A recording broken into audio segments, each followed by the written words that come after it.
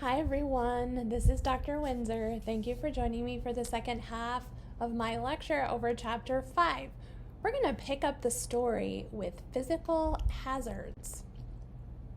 So as I just mentioned, we'll pick up the story with physical hazards, but we'll also learn more about biological hazards, sharp safety, hazardous waste disposal, chemical hazards, and regulatory agencies. Okay, let's dive in. I would like to kick off our discussion regarding physical hazards by talking about ionizing radiation. Now, according to the CDC, ionizing radiation is a form of energy that acts by removing electrons from atoms. Remember, the electrons are the negative particles that make up part of the atom. And the ionizing radiation, so it removes electrons from atoms, and it also removes molecules of material like air, water, and living tissue. Some examples include heat or light from the sun, microwaves from the oven, X-rays from an X-ray tube, and also gamma rays from radioactive elements. When we use ionizing radiation in therapeutic doses, it can help treat diseases such as cancer. And the way that it does this is by targeting and killing the cancer cells by damaging the DNA. Remember, the DNA is the recipe for all of the proteins that the cell needs to synthesize to keep itself going. So if we damage the DNA, the cell is going to cease to be able to function and it will eventually die. Now, if you've ever heard someone say that they had radiation or they're having radiation, this is what they're typically talking about. However, exposure to ionizing radiation in the operating room, like fluoroscopy and X-ray, can have harmful effects. Over time, our cells can become damaged, and that's because it targets the DNA in the cell. This is going to lead or can lead to the development of cancers. Remember, cancer in its simplest terms refers to abnormal cells that are allowed to proliferate or grow, right? So prolonged exposure can also increase the risk of spontaneous abortion. So a side note here, if you are pregnant or think you might be pregnant, you need to have that conversation with your charge nurse, because it's going to be best to avoid cases that are using ionizing radiation, like orthopedics. A lot of times we use X-ray or fluoroscopy in orthopedic cases, or maybe when we're doing lap choles for those cholangiograms. So as CSTs, we are going to be exposed to ionizing radiation, and it's really important that we know how to protect ourselves, and we're going to talk about that in detail. But just know for now that facility guidelines are based on recommendations from a variety of regulatory agencies, to include ANSI, the CDC, NIOSH, OSHA, and the Joint Commission. And so this means that we need to wear our lead gowns and our thyroid shields. So not only do we need to protect ourselves, we need to exhaust all efforts to protect the surgical patient. So what can we do? Well, to protect the surgical patient, there are three things that we need to think about. One is shielding their gonads and their thyroid if at all possible. So lead apron, thyroid shield for the patient. Also, when the fluoroscopy is not being used, we need to make sure that it is turned off. Remember, when the fluoro is on, all of us are constantly being exposed to that radiation. That's a good segue into the three things that we need to think about as SurgTechs, which is time, shielding, and distance. So these are fairly self-explanatory, but let's just go ahead and give them a quick review. First of all, time. We want to limit the use of radiation to only when it is needed, and we want to keep it turned off otherwise. This is going to lessen the exposure time. If possible, we should use devices to prevent exposure to the hands. For example, some operating room tables have risers or platforms on them to accommodate x-ray cassettes if we're going to be taking still images intraoperatively. There's also lead gloves that can be used for fluoroscopy. We also want to make sure we are wearing our x-ray or dosimetry badge. You might also hear it called a radiation badge. This badge is going to measure the amount of radiation that you're exposed to in the operating room. So you want to make sure that you don't wear it underneath your lead apron. I usually put mine kind of high up on my collar by my neck so that if I am wearing a lead apron, it's not covered by it. And another thing you want to think about is not putting it on the lead apron itself, because I don't know how many times people forget their dosimetry badges. If they're attached to the lead apron, they go and hang it up, lay it down, the badge gets lost. That's an extra cost and something extra that somebody else has to do to get another badge and those kinds of things. So take care of your badge, wear it high up on your collar, and then every month it's going to get turned into radiology, and they are going to process that to see the level of radiation that you are being exposed to make sure that it's not a quote-unquote dangerous level. As a student, you may also be issued dosimetry badges. I'm not sure in my program. We give all of the students dosimetry badges and then we read them at the school. I'm not sure what the process is here for your program, but you may or may not have one assigned to you. So now let's talk about shielding. As I mentioned, if you're pregnant, you want to avoid exposure.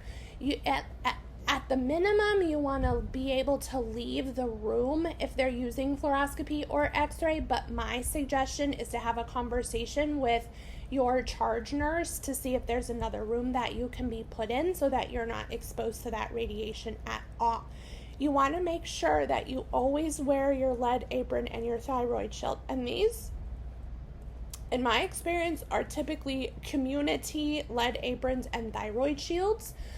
If you work in a department, like maybe you work in interventional radiology or you work at a heart hospital where they have fluoroscopy in the room all the time, they might issue you your own vest or lead apron or something like that. But typically, these are going to be worn by the entire department, which honestly is kind of gross, but they should get a wipe down after they're used. Lead gloves, like I said, can also be worn to protect the hands. I've never worn lead gloves, but I've worked with surgeons that wear them if we're working on a fracture of the wrist or the hand or the ankle or the foot or something like that. Side note here. Care and handling of the lead aprons. If we are folding or just leaving those lead aprons in a heap, over time that's going to break down the integrity of the lead inside, and it's not going to protect us like it should because it's going to have breaks in it. So there's going to be places where the radiation can actually get through there. So we want to make sure that we don't fold them, and that we either lay them flat, or most places that I've worked at, they have like this little rolling rack and you just hang it right on the rolling rack. Lastly, distancing. So we talked about time, we talked about shielding. The last part is distancing ourselves from the source of the radiation as much as we possibly can. If you're not scrubbed in and you don't need to be in that room when they're doing fluoroscopy, you need to leave. If you can't leave the room, you want to move away as far away from the source of the radiation as you possibly can. If you can, it's a good idea to stand behind the x-ray machine, behind a lead screen, or behind someone that is shielded.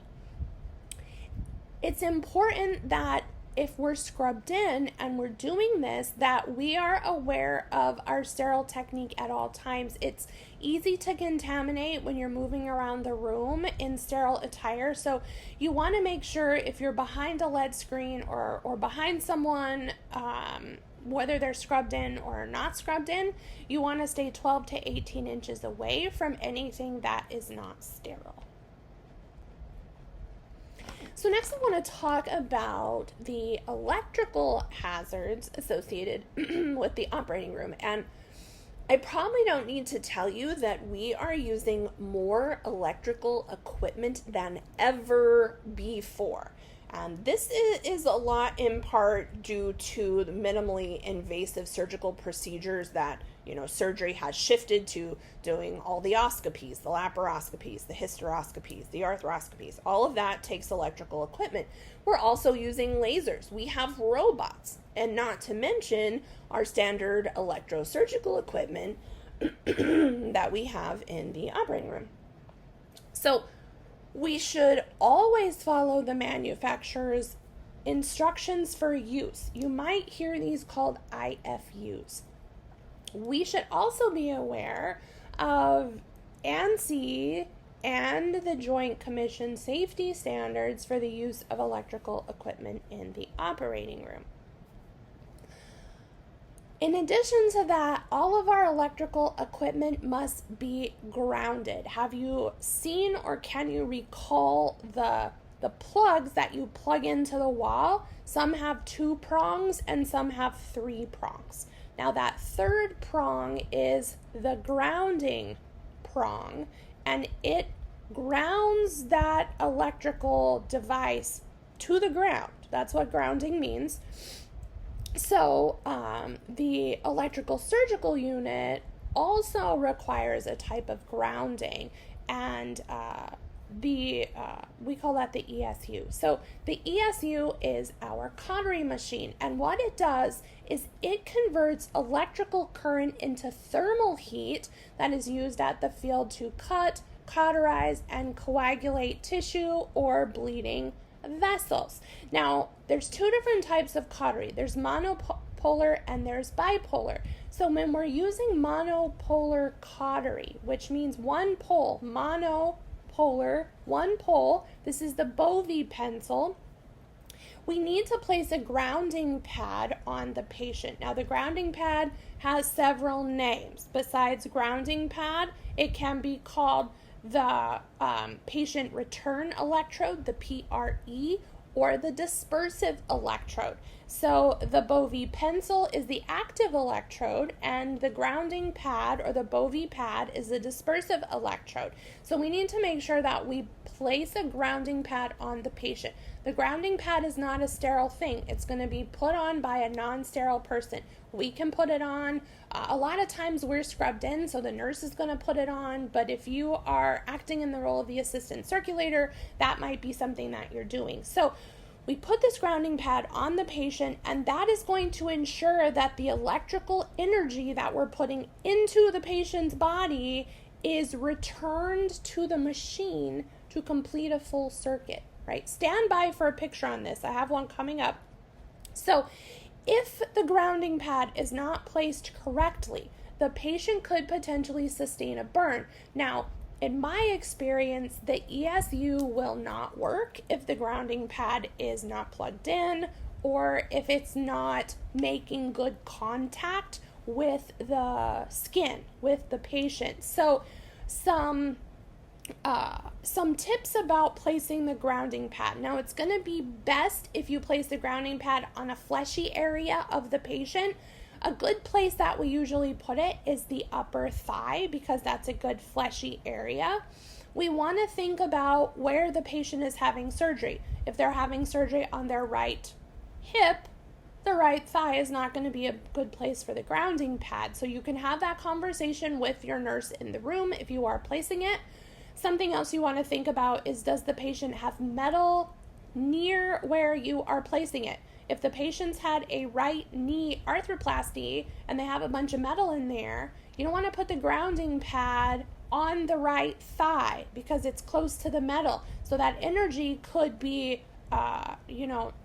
persuaded to go to the metal implants instead of the grounding pad because electrical current is attracted to metal and it's going to take the path of least resistance, right? So we want to make sure that wherever we're placing it, there isn't metal, or they are not resting on any metal, or they are not wearing any metal. This is why it's important that the patient removes all their jewelry. A lot of them don't want to part with their belly button piercings or those kinds of things, but it's really important to keep them from getting a burn.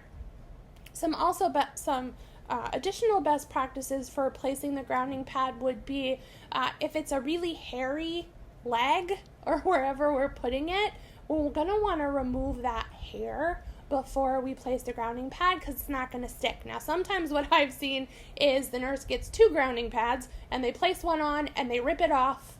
Not a good thing to do when the patient is awake for sure.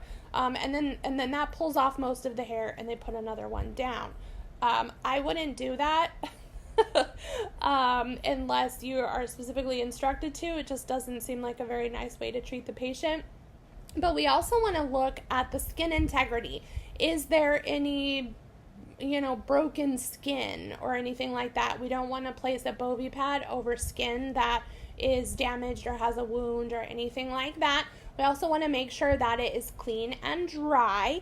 And then lastly, has to do with when you're removing the Bovie pad. So if you're the one after the case that's removing the Bovie pad from the patient's skin, you want to look at that Bovie pad site where it was. Look at the skin and make sure that it's not torn or red or anything like that, because that needs to be documented, okay? And sometimes with these little frail, fragile old people, there really isn't any way that we can remove the Bovie pad without damaging the skin integrity. So, that doesn't mean that it's going to be like your fault, quote unquote, you were too rough or hurt the patient, but just note that what the Bovie pad site looks like. That's really important.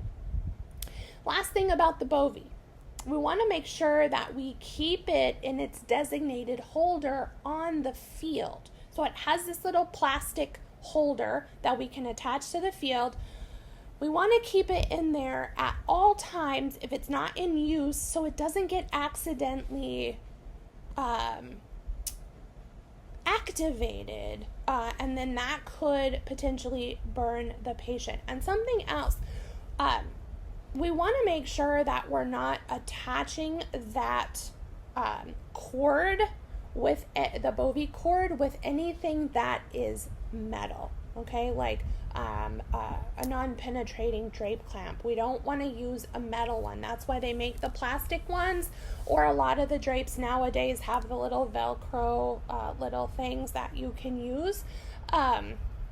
When I was in my training as a surgical tech, my preceptor would use a metal clamp to attach the cord to the field and then loop the cord through it.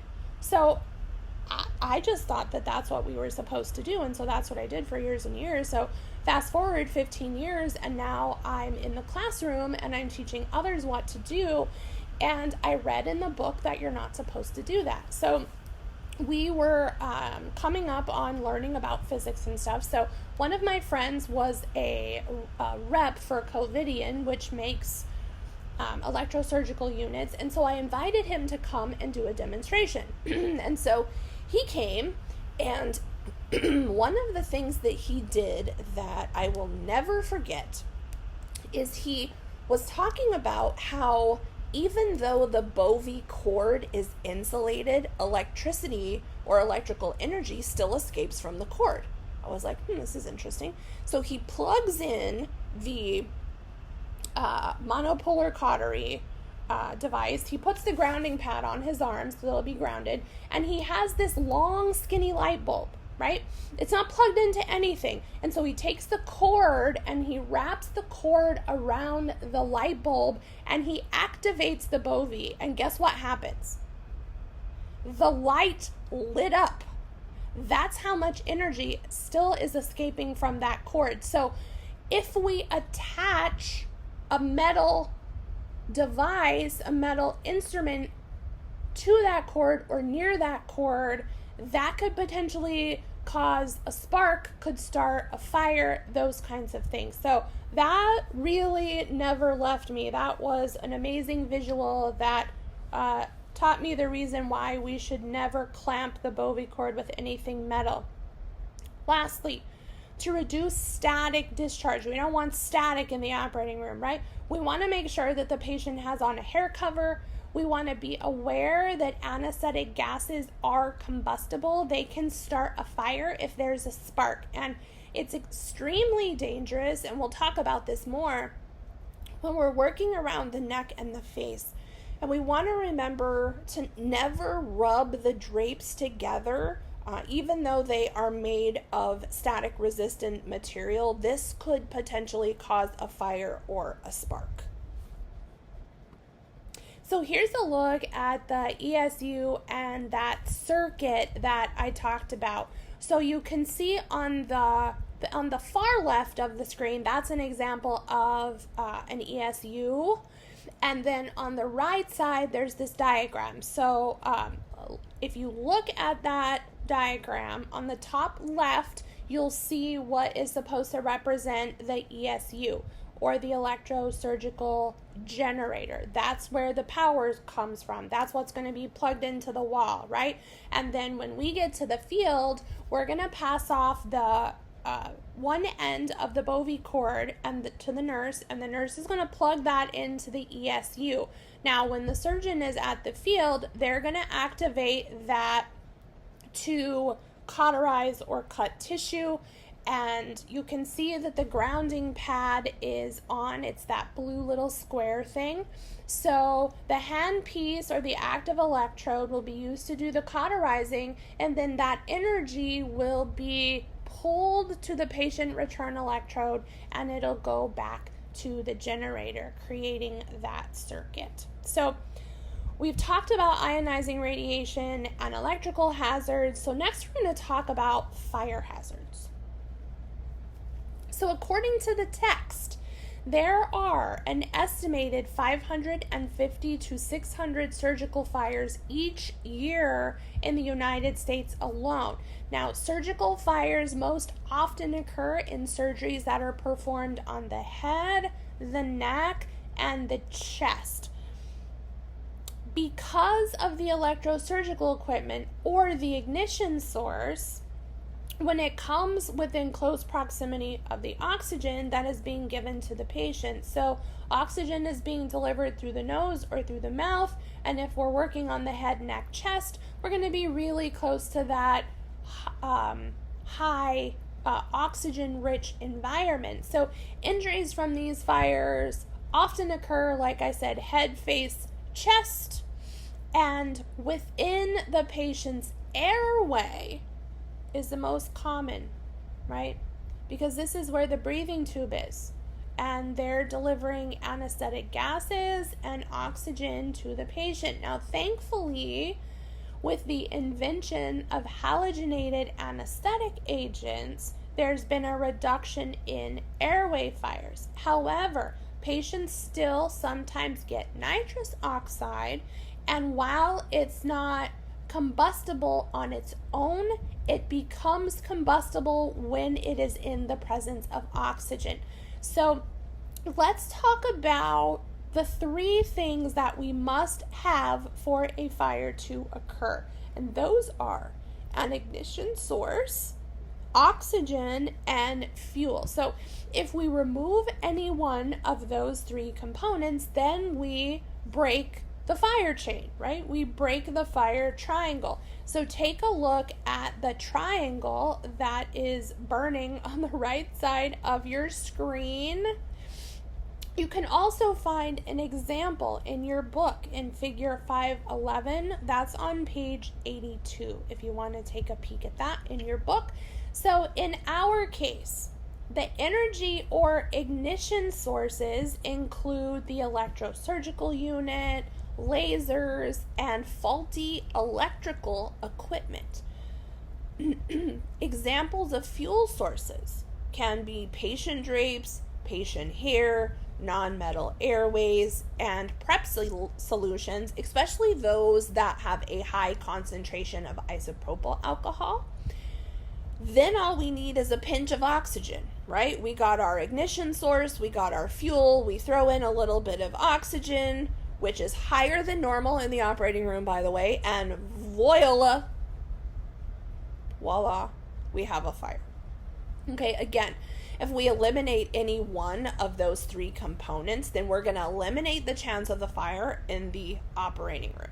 Side note here, when we're working around the face and mouth, we need to anticipate for the anesthesia care provider to reduce the oxygen level if at all possible. So let's talk about fire extinguishers. So there's three classes of fire extinguishers that we need to be aware of. There are more than three that exist. We are going to only talk about A, B, and C. So let's look at each of them in detail. So let's start with Class A. So Class A is pressurized water. Okay, again, Class A is water, and it's good for extinguishing fires that involve solid materials like wood, paper, and textiles. Okay, Class B. Class B extinguishers are going to contain carbon dioxide or some sort of dry chemicals that are good for fires involving flammable liquids, oils, grease, gases, etc. And then lastly, Class C. Class C is typically composed of halon. And halon is a noble gas that is electrically non-conducting. Now, Class C extinguishers have been acknowledged as the most effective universal extinguishers. So that's probably what you're going to find around your facility. Now, as SurgTechs, we need to know what our facility's policies and procedures are as far as if a fire does occur in the operating room. We need to know where the extinguishers are located. We need to know how to use the fire extinguisher. Now, there's an acronym that they have come up with to help us remember how to use a fire extinguisher, and you've probably heard of it before, but it is the PASS acronym or mnemonic. So P for pull the pin at the top. Okay, we're going to pull the pin. A for aim the nozzle at the base of the fire. S, squeeze the handle and make sure you're standing approximately 8 feet away. And then the last S, sweep. Sweep the nozzle in a back and forth motion at the base of the fire until it's completely extinguished. So pull, aim, squeeze, sweep. If you can remember that, then you will be able to work your fire extinguisher. Hopefully you never have to. So what if a fire does occur in the operating room? We want to focus on three things. 1, protecting the patient. 2, containing the fire, if at all possible. And 3, we want to move anesthesia equipment as far away from the fire as possible. So there's another mnemonic or acronym that can help us remember what we need to do in the event of a fire, and that is RACE. So the R is going to stand for remove and or rescue anyone from the fire or smoke danger to a safe area. A is for alert or sound the fire alarm. So remove, rescue, alert. The third thing is contain the fire, shut the doors, etc. And then last, the E is extinguish and evacuate. So remove, alert, contain, extinguish. Now there are a few other guidelines that we should also be aware of. First, we want to remember that the light emitted from the end of a light cord or endoscope is very hot. That's why we want to keep it on standby for as long as possible.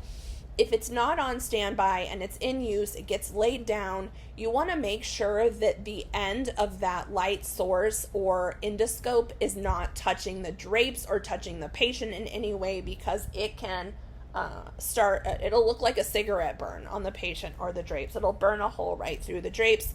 It will burn the patient. So be very careful when you're using anything with a light source. Also, we never want to use extension cords or power strips in the operating room, and if at all possible, we want to try to test electrical equipment prior to the patient coming into the room. Now, we've all seen electrical cords. They have like the squishy rubbery stuff on the outside, and we want to check their integrity. We want to make sure that there's not a big bite out of the coating or a rip or a tear or wires hanging out or something like that. That would not be good. If you do encounter something like that, you want to make sure that you discontinue the use of that cord if it looks shady. And you never want to unplug anything by yanking on the cord. I don't know about you guys, maybe it's a kid thing, but when I was a kid, that's the only way I knew to unplug the vacuum, right? It was just wherever I was, I would just yank on the cord until it came out of the wall. And of course, my mom very quickly told me that I need to go over to the outlet and unplug it. So anyways, we want to make sure that we don't yank on the cord to unplug it, that we actually go over and work it out of the outlet itself. And we want to keep movement around the head to a minimum, and this will help to not stir up those waste gases from the anesthesia machine. We also want to use cotton blankets only, and these are probably what you're going to see that is stocked in the operating room, but just to have an awareness, we only want to use cotton blankets. Blankets that are made of wool or anything else like that can produce static electricity. So on the next slide, I'm going to show you a real life example of what can happen when there is a fire in the operating room. So, Madigan Army Medical Center was hit with a lawsuit because it was negligent and responsible for a 2015 operating room fire that severely disfigured a 13-month-old child that you see in the image here, who was undergoing a routine minor surgical procedure. Guess how much they had to pay? $12.3 million to the family. All right. That does not make up for what this little one went through, nor all procedure after procedure after procedure to fix what the damage that the fire had done. So this little one's face was engulfed in a fireball when the surgeon activated the electrocautery device, while the anesthesiologist administered concentrated oxygen through a face mask, and then that left him with severe burns on one side of his face and his nose. And he spent 22 days in an intensive care unit and burn unit. And like I said, he had to have numerous surgeries and facial reconstructions throughout the last 4 years of his life for the resulting damage. And the article that I read said that the team was initially unaware of the fire because the boy's face was covered in the surgical drapes, and it doesn't say the exact procedure that he was having, but the way that they learned of it was when the nurse anesthetist in training was burned himself. So, like I said, it's been 4 years since this happened. He's been badly scarred. He still faces several reconstructive surgeries to rebuild his eyelids, skin grafts to his nose, his eyelids, his forehead, his cheek, and his mouth. And, you know, this is just one example of why it is important to practice fire safety to the letter and to have a constant awareness of what is happening in the operating room. So now that we have a better understanding of general fire hazards and safety guidelines, I want to spend some time talking about laser fire hazards. Now, for those of you that may not know, LASER is an acronym, and it stands for Light, amplification by stimulated emission of radiation. No wonder we call it laser, right? That's just way too much to say. So there are all different types of lasers that we use in the operating room, and they all use different types of media to do their jobs, right? Which is outside of the scope of this lecture, and I'm sure you're going to learn about it in more detail later. But for now, I want to talk about the hazards and protective measures specific to using lasers in the operating room. So not only can exposure to laser damage our eyes, our cornea, our retina, but they can also cause fires. So what should we do? Well, first of all, we want to make sure that we wear the correct eye protection. And this is going to be determined according to what type of laser is being used. Different lasers are going to require eye protection with a specific optical density, or OD, to protect your eyes. So you can always look at the manufacturer's recommendations to find that out. But in my experience, there's a kit and it has all of the glasses in there.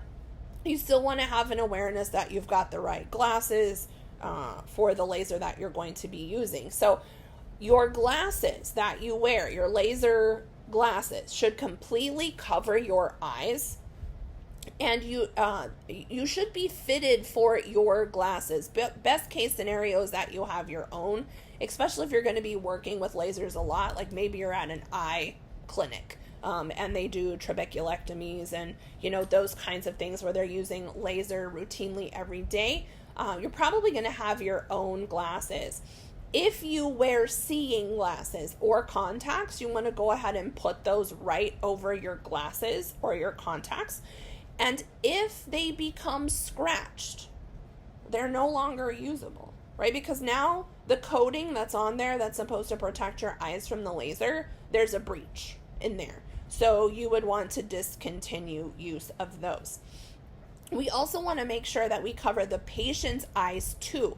Now, some facilities will perform a routine eye exam prior to you scrubbing any laser cases. So that might be a policy and procedure at your facility, especially if they're using laser frequently. Now, I'm sure you're wondering, but how do we prevent laser fires?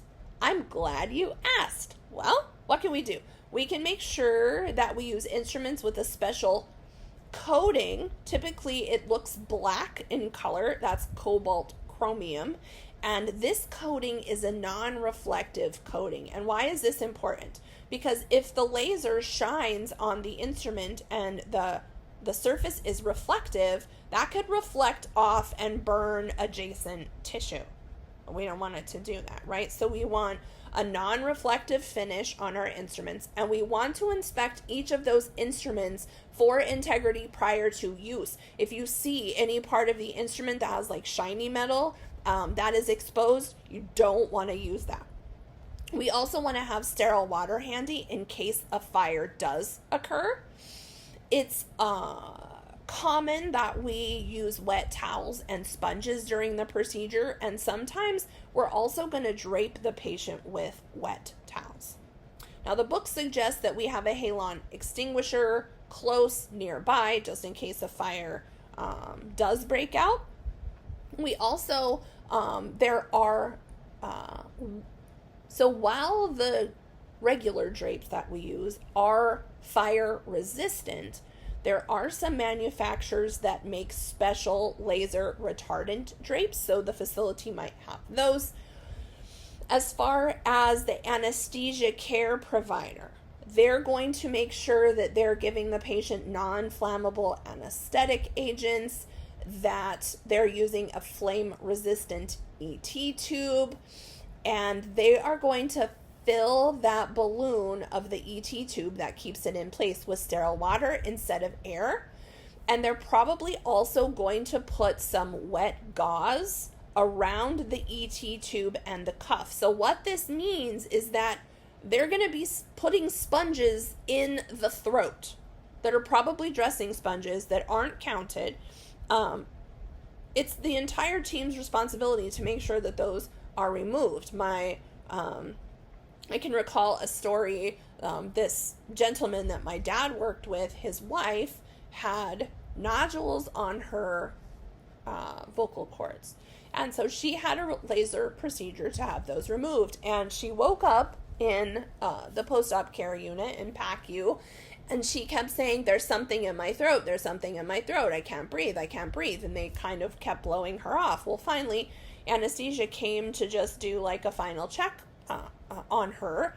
And again, she said, I feel like I can't breathe. I feel like there's something in my throat. And so he's like, well, open your mouth, let me have a look. And there was a sponge, a dressing sponge in there that had not been removed. All right, so it's really important that we remove all of those sponges. I know that's probably sounds like common sense, but we just want to make sure we're having our checks and balances, okay? So some important additional notes when we're working around the head and neck and we're using laser. Not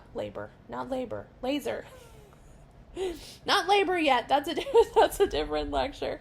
So flammable gases, in any case, can collect underneath the drapes, like we talked about with that example of the fire with that 13-month-old. So in addition to gases collecting under the drapes, if we're using alcohol-based skin preps, that also increases the risk of fire. So we want to make sure that we don't use those if we're going to be using laser, that we prep with something else.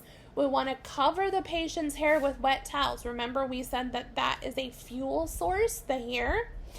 And during rectal cases, the surgeon is going to pack the rectum with sterile water-soaked sponges, and this is going to prevent any possible methane gas from leaking out that could potentially cause an explosion. And I remember the first time that we were doing a vaginal procedure with laser, and I was opening up for my case, and one of the things on there was tonsil sponges, and I was like, I couldn't imagine what these tonsil sponges were going to be used for, but this particular surgeon wanted them soaked in sterile water, and then she placed them into the rectum so that, to avoid a potential fire.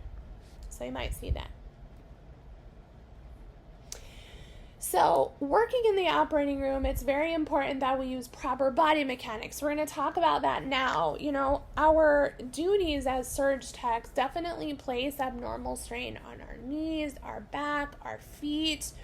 And injury to these areas is increased with obesity, poor nutrition, if we use jerking or twisting motions, loss of strength and flexibility, as well as when we lift, reach, or bend with our backs bowed out. So we want to make sure that we're using good body mechanics so that we don't hurt ourselves. We also want to take care of our bodies.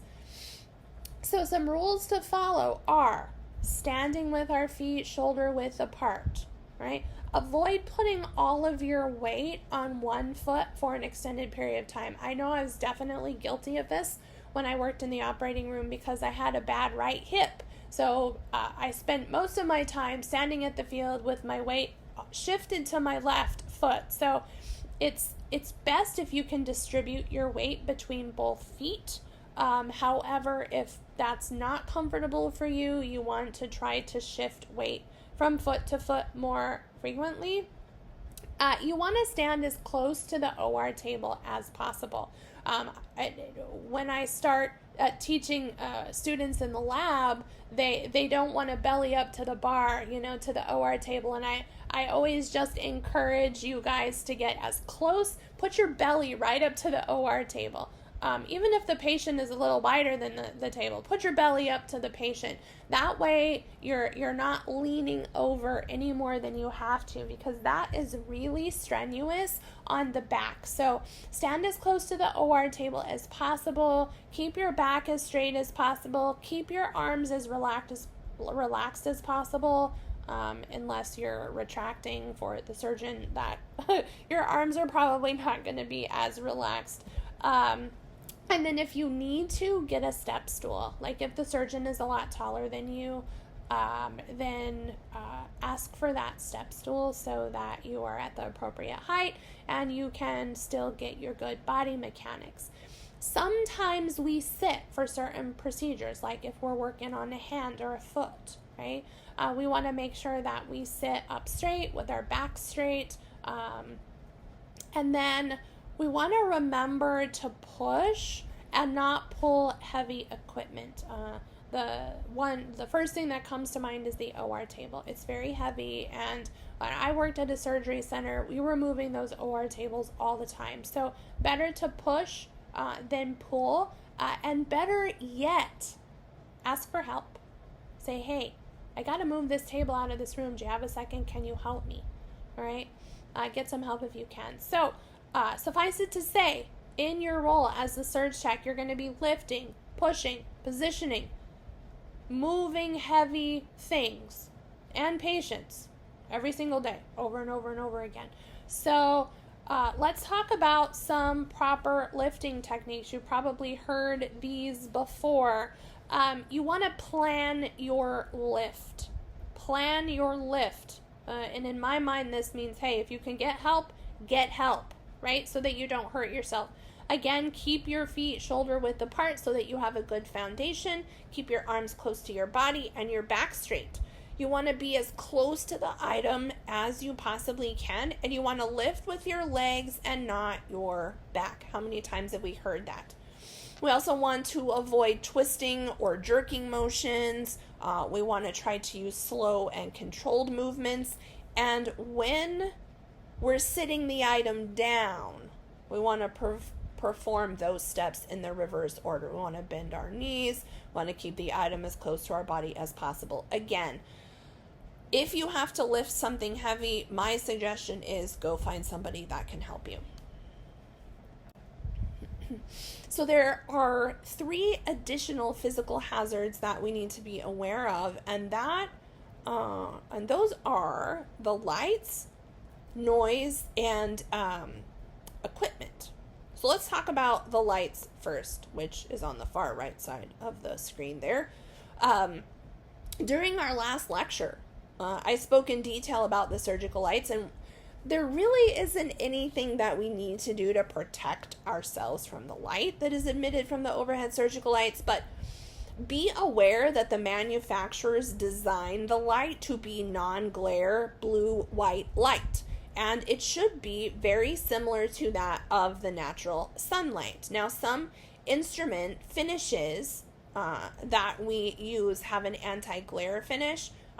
It's called a satin finish, and a lot of times we use these when we're using the microscope because there's a very intense concentrated light on the field from the microscope, and when the surgeon is working with those instruments under that concentrated light, we want to make sure that we're using instruments with anti-glare finish. So most microscopic instruments, not that the instruments are microscopic, but that they're used for microscopic cases, that those have that satin finish, all right? That's helped to decrease reflection and glare.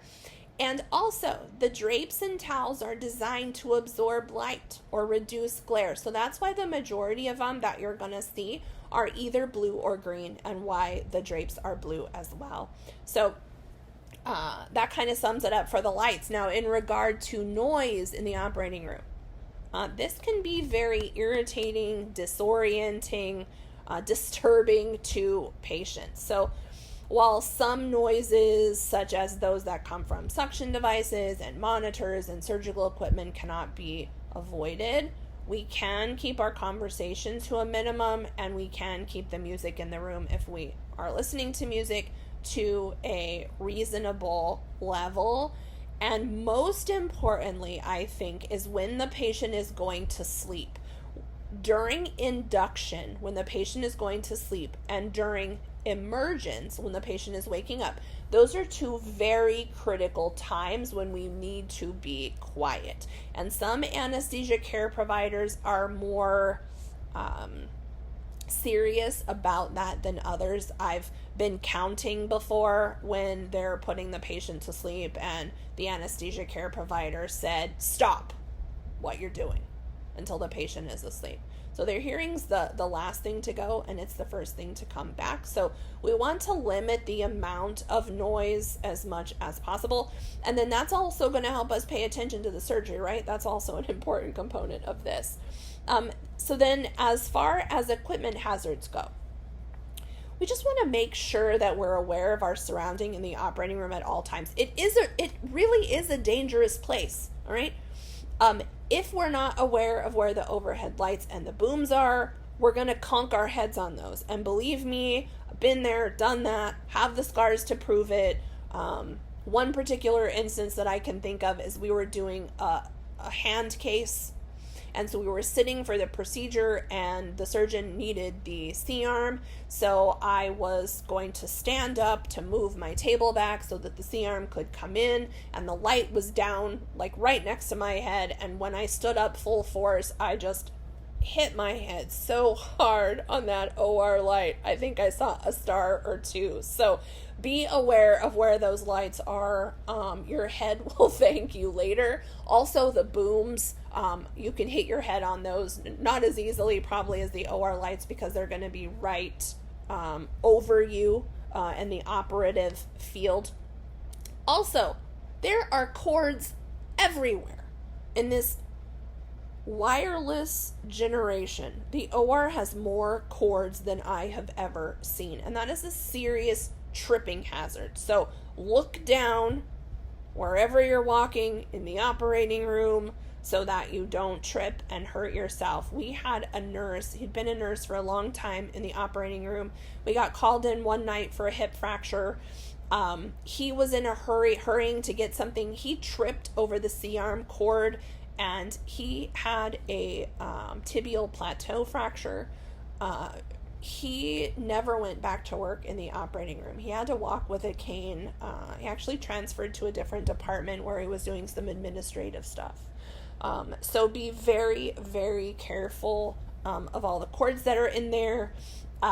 Also, surgeons use foot pedals to operate some pieces of equipment. So we want to be aware where those are. Not only to avoid tripping over them, but we don't want to activate them accidentally and, burr a hole in, the side of the patient. I don't know, but we want to make sure that we are mindful of where those are so we don't move them, activate them, trip over them, etc. And then lastly, the rolling stool. All right, it's kind of like trying to get on a Bucky Bronco, so they can be tricky. When we do sit from time to time, it's essential that we are very careful when we sit down. We don't have the use of our hands, right?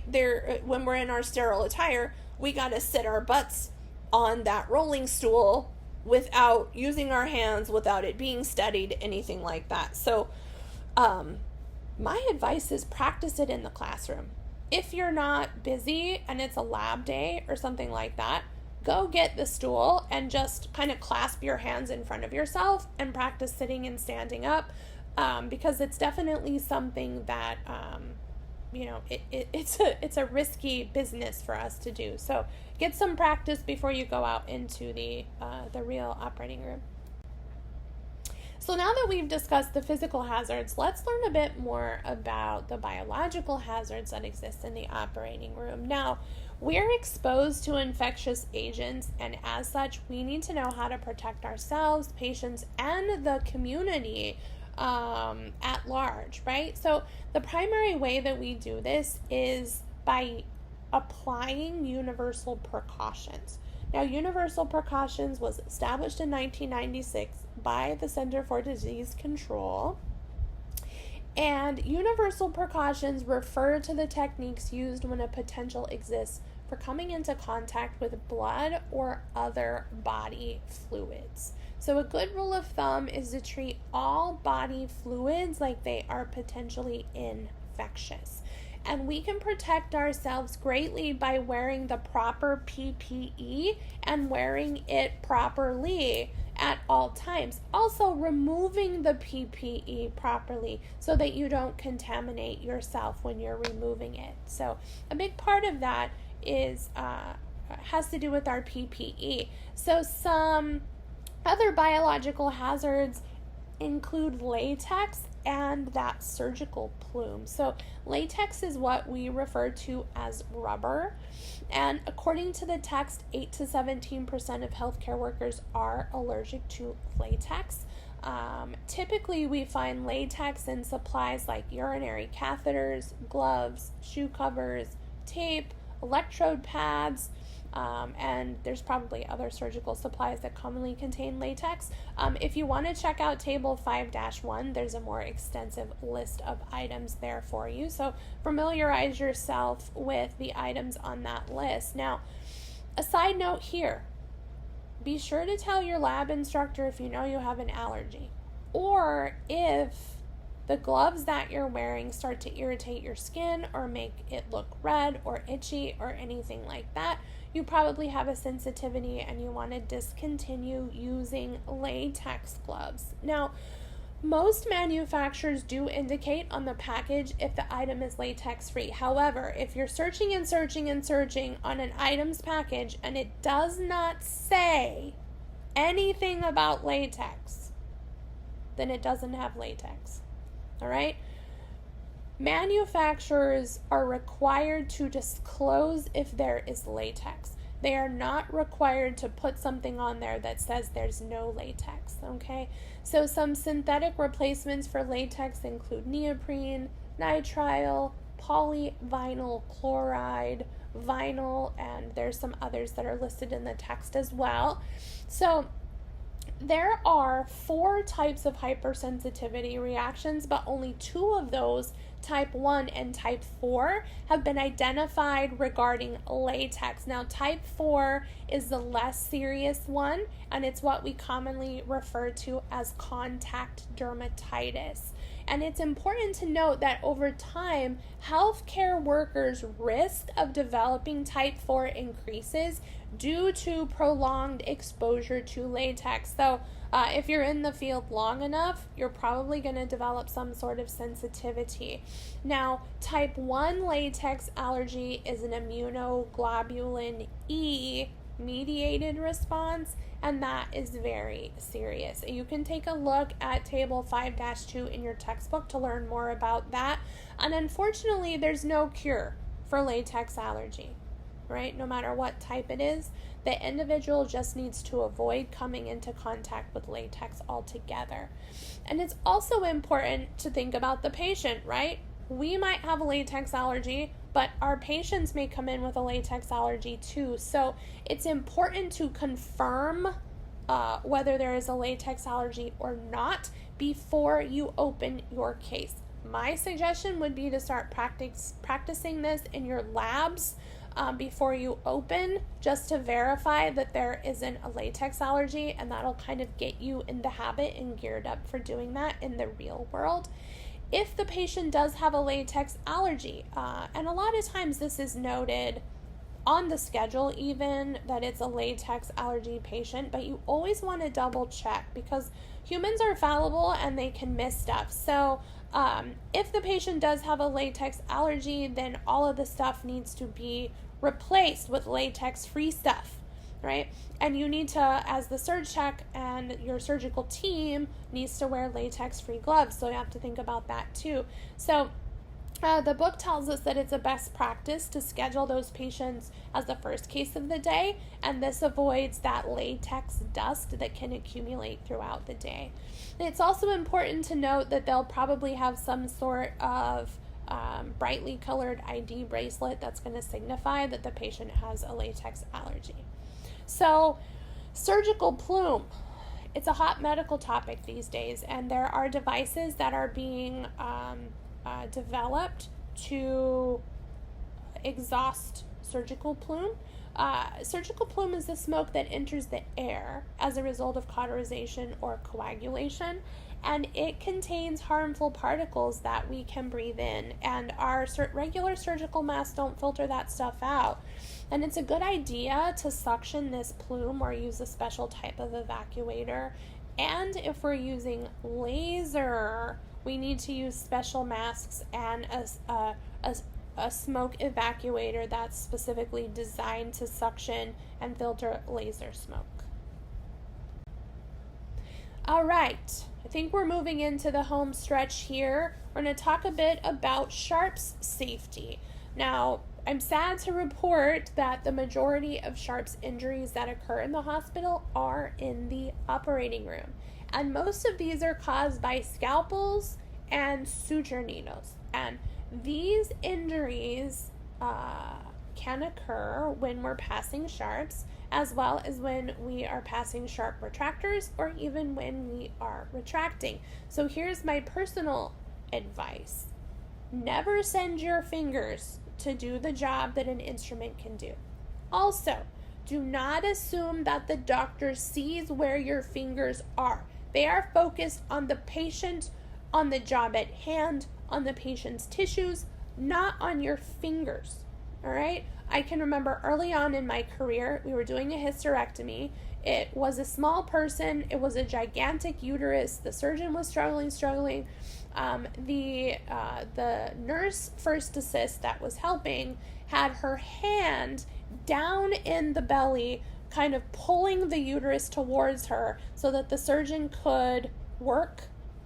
And so the surgeon was using the scalpel on the long handle to make her cut in the tissue, and she was not paying attention to the assistant's finger, and she literally sliced through the tip of the first assist's finger with the scalpel blade. So I would say avoid putting your hands in the wound if at all possible, or watch where the surgeon is to protect yourself. But best practice, use an instrument. All right.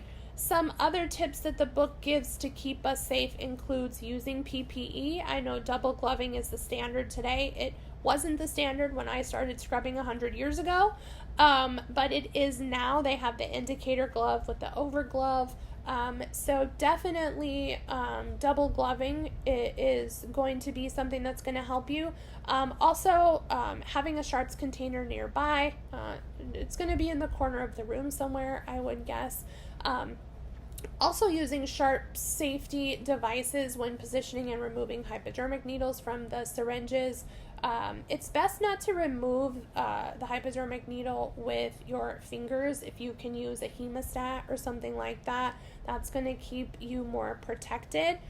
Also, if you see a question on a test about recapping the needle, your answer is going to be you never recap a hypodermic needle. Never, never, never recap a hypodermic needle. However, in surgery, we use hypodermic needles multiple times, like if the surgeon is injecting local anesthetic multiple times throughout the course, the case, then we might need to recap. So we want to use a one-handed scoop method, not two hands, one bringing the cap and one bringing the hypodermic needle together. That increases the chance that we could poke ourselves. So if we have the cap there and we scoop the needle into the cap and then and put it on that way, that's going to be safer for us. And the American College of Surgeons, they recommend that blunt needles are used to close the fascia and the muscle to reduce needle sticks.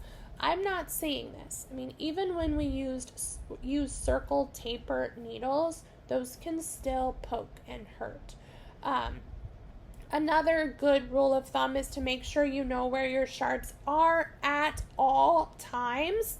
And the book suggests that we load needles close to the time of use. If you are like me, I like to be prepared with 2 sutures ahead at all times. If you're going to do that and preload them, then you want to isolate them in an area. It's also a good idea to communicate to the team that if they're up on your Mayo stand, that there are loaded needles up on your Mayo stand. Something else we can do is use a neutral zone. So a neutral zone avoids that hand-to-hand transfer, which is where most injuries occur.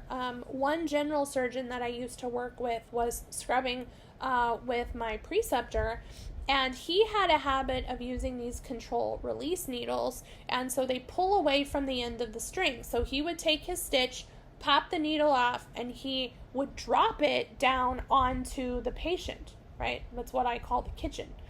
And so she had her hands resting on the patient, and he dropped the needle, and it poked her, right? So protect yourself from your surgeon's bad habits. And so essentially with the neutral zone, sharps are going to be placed where the surgeon can pick them up and place them down. One surgeon I worked with, he liked to use the kidney basin. So I would put the scalpel inside the kidney basin, and then he liked his little Addison forceps kind of on the side of the kidney basin. He was a podiatrist. So I would just put that in there, and I would set it between the patient's legs, and he would just pick up the scalpel, use it, drop it back in there as many times as he needed, so that it wasn't being passed back and forth. You can also take a look at table 5-3 for a complete list of sharps handling tips. So if an accident does occur, you want to immediately notify your team members. What you're going to want to do is hand off the contaminated sharp, and you're going to need to remove your glove. Maybe the circulating nurse would need to do that for you and assess your injury. You may need to get somebody to scrub you out. Now, if the skin is broken, it got poked or cut, you want to wash it with soap and water. If mucous membranes have been exposed, like the oral cavity or the eyes, then you definitely want to use the eye wash station or flush out the mouth. And then you're going to need to report the injury with an incident report, and they're probably going to send you to occupational health or employee health, whatever, and they're going to take a baseline blood sample from you. And they're also going to ask the patient to consent to a blood sample as well, so their blood can be tested. Sometimes they say no. If they check you and they check the patient and everything checks out, there isn't anything nefarious, then you'll probably be assessed periodically, just to make sure that you are okay. But if the patient doesn't give consent, or there isn't that information one way or another regarding if you've been exposed to HIV, hepatitis C, whatever, they may they may suggest that you begin post-exposure prophylaxis, PEP, and this is going to help prevent you from getting HIV Hep B. You can decline it if you want to,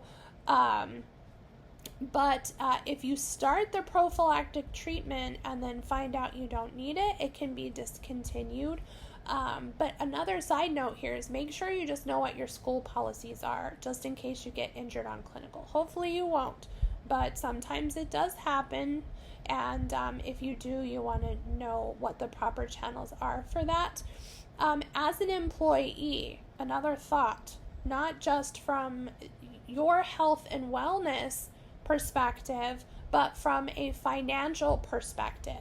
If you are an employee and you get injured and you don't report it, and for some reason you develop Hep C or you get HIV, like that treatment is not going to be covered by your facility.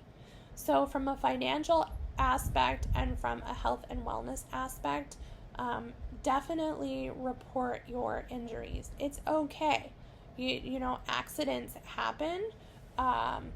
So then lastly, like I said, there'll probably be some follow-up counseling and post-exposure testing at about 6 weeks, 12 weeks, and 6 months.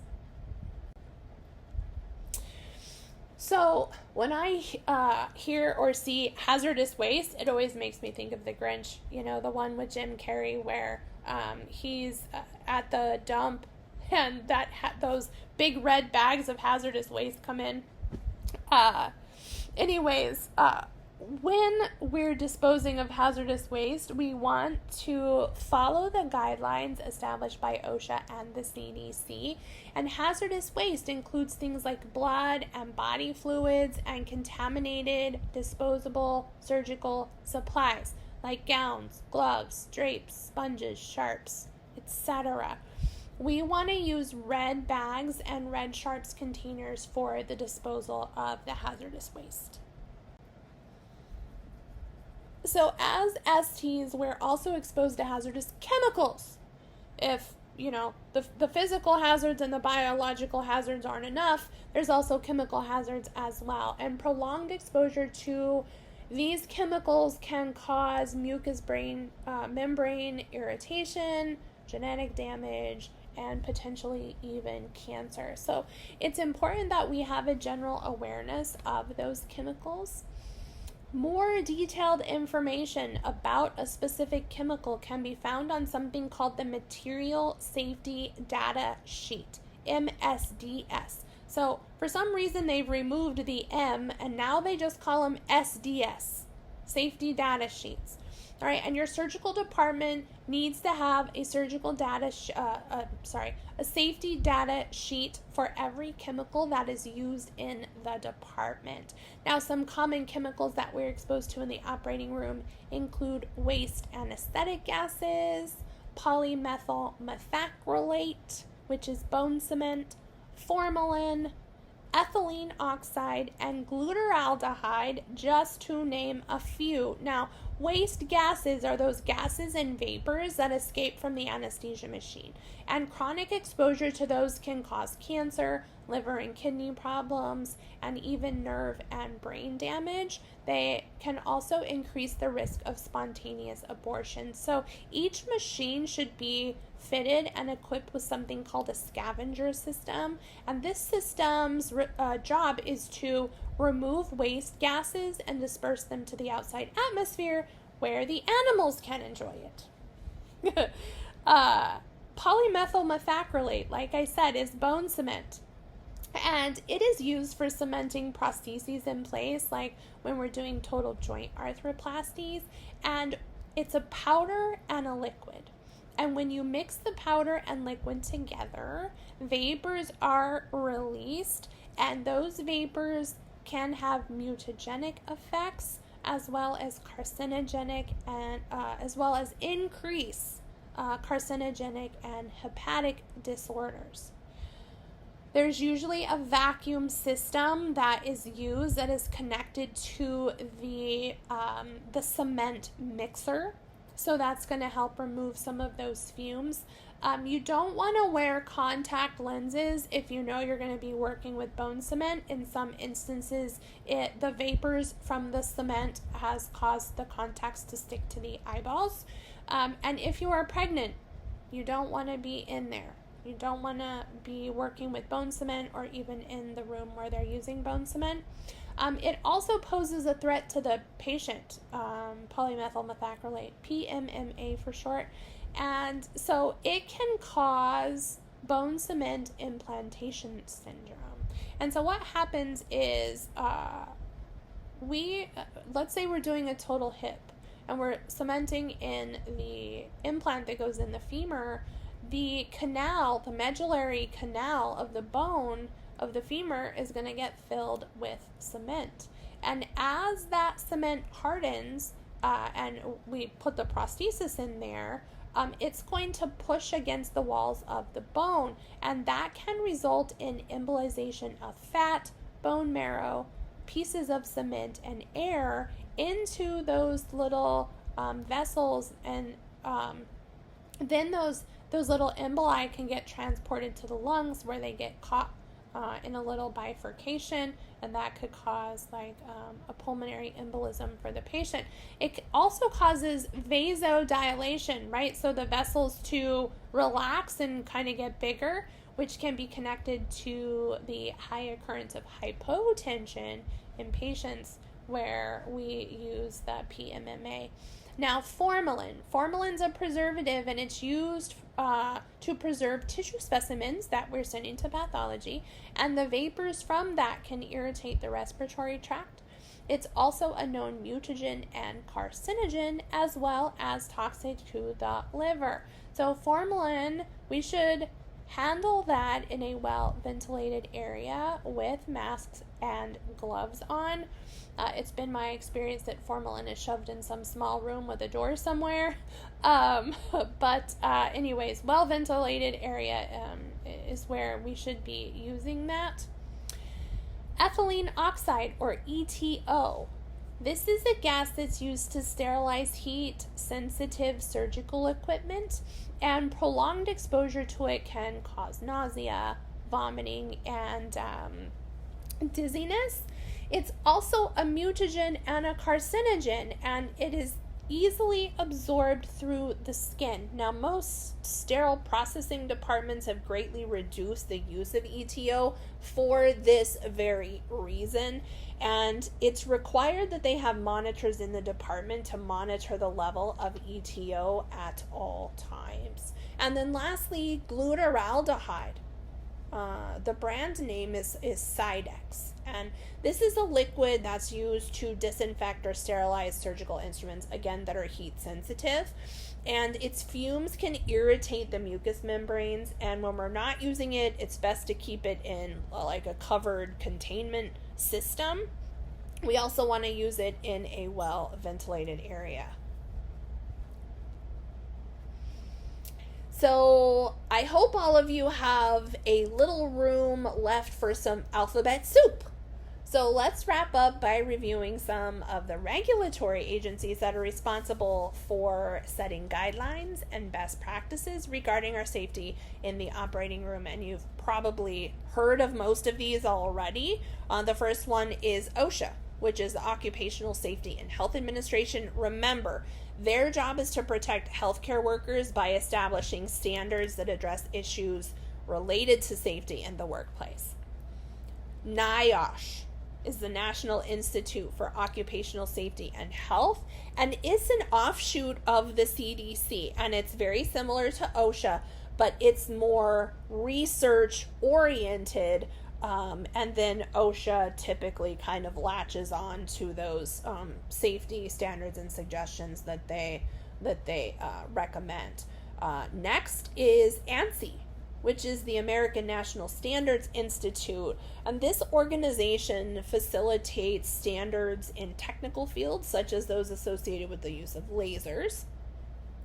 The American National Standards Institute,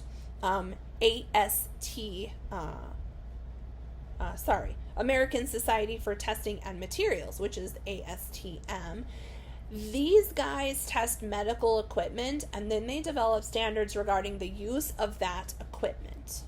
And then that brings us to AMI, which is the Association for the Advancement of Medical Instrumentation. And they establish standards for sterile processing, electrical safety, device safety, and the use of medical devices. And a lot of times you will hear ANSI and AMI used together. They're like frickin' frack, ANSI and AMI. And then lastly, the NFPA, which is the National Fire Protection Agency. They are the ones that establish fire prevention standards to reduce the frequency of fires. Okay, so in this chapter, we talked a lot about hazards, chemical hazards, biological hazards, physical hazards, electrical hazards. We learned a little bit more about the support services within the surgical department, as well as characteristics of the operative environment and how we can protect ourselves in that environment. And then in the previous lecture, we looked at different OR designs and how those departments interact and what the OR environment looks like and what some of its components are. So I hope we can see how this material relates to us in the role of the surgical tech. There are several risks and hazards associated with this career field, and we need to be armed with a general understanding of what these are. And most importantly, we need to know how to protect ourselves, not if, but when we are exposed. So ask any of my previous students, and they will, if you ask them what my first rule is, they will tell you my first rule is don't hurt yourself. And then I follow that up with my second rule, which is don't hurt anyone else. So that's going to wrap it up for the second half of chapter 5. I apologize, it was a little bit lengthy, a lot of good information in there for us. Thank you for hanging in there with me, and I really hope this helps you gain a better understanding of the physical environment and safety standards of the operating room. I also hope that I am one step closer to achieving my personal goal of setting you up for success in your role as a CST. And I know you are all going to be rock stars out there. Thanks for listening.